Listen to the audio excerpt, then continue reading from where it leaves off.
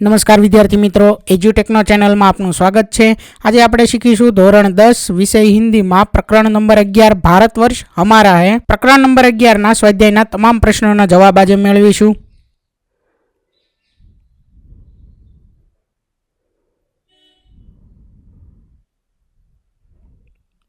सर्वप्रथम है प्रश्न नंबर 1। निम्नलिखित प्रश्नों के एक एक वाक्य में उत्तर लिखिए। जेमा सवाल नंबर 1 है, करोड़ों कंठों से क्या आवाज उठी? तो एनो जवाब, करोड़ों कंठों से यह आवाज उठी कि भारतवर्ष हमारा है, हिंदुस्तान हमारा है। त्यार पछी सवाल नंबर 2, हिंदुस्तान के प्रति जनता का अभिमान कब से है? तो एनो जवाब, हिंदुस्तान के प्रति जनता का अभिमान आदि अनादि से है।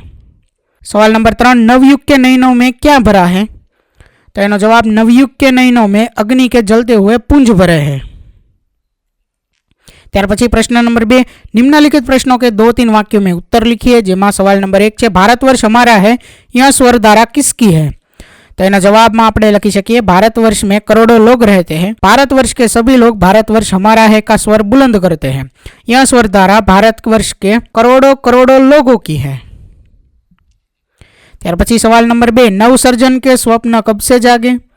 तो एनो जवाब, जिस दिन सबसे पहले देश के नवनिर्माण की अनेक कल्पनाएं हमारे मन में उठी, देश काल के दो विशाल और सुंदर वितानों की रचना हुई, जिस दिन आकाश में असंख्य तारे छिटके और सूरज तारे अस्तित्व में आए, उसी समय से नवसर्जन का स्वर जागे थे।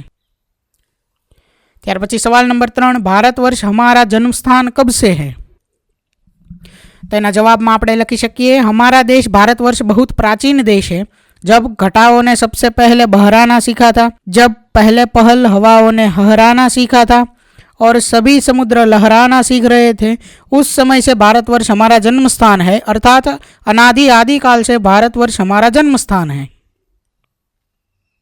त्यार पछी सवाल नंबर 4, करोड़ों लोगों के उत्साह भरे वचन क्या थे? तो एना जवाब, करोड़ों लोगों के उत्साह भरे वचन थे कि यह भारतवर्ष हमारा महान देश है। दुनिया का ऐसा कौन सा देश है जो हमारे देश का सामना कर सके? यह एक अद्वितीय देश है।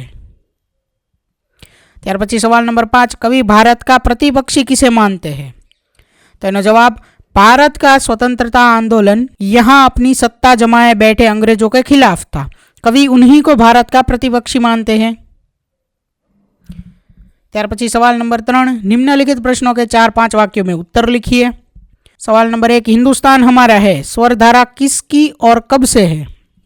तो एना जवाब में आपणे लखी सकीए, हिंदुस्तान हमारा है, स्वर धारा हमारे देश में रहने वाले कोटि कोटि लोगों की है। जब से पृथ्वी और आकाश का उद्भव हुआ है और जब से आकाश में तारे छिटके और सूर्य चांद बने हैं, तभी से हमारे देश का अस्तित्व है। इस तरह वह स्वर धारा आदि अनादि काल से है। त्यार पछी सवाल नंबर 2, कवि बालकृष्ण नवीन भारत के लिए क्या कहते हैं? तो एना जवाब में आपणे लखी सकीए कि कवि बालकृष्ण शर्मा नवीन भारत के लिए कहते हैं कि हमारा देश भारतवर्ष बहुत प्राचीन देश है, यह अनादि आदिकाल से हमारा जन्म स्थान है। इस बात का देश के 42 करोड़ निवासियों का गर्व है। उनकी गर्जना सुनकर दुश्मनों के हृदय सिहर उठते हैं।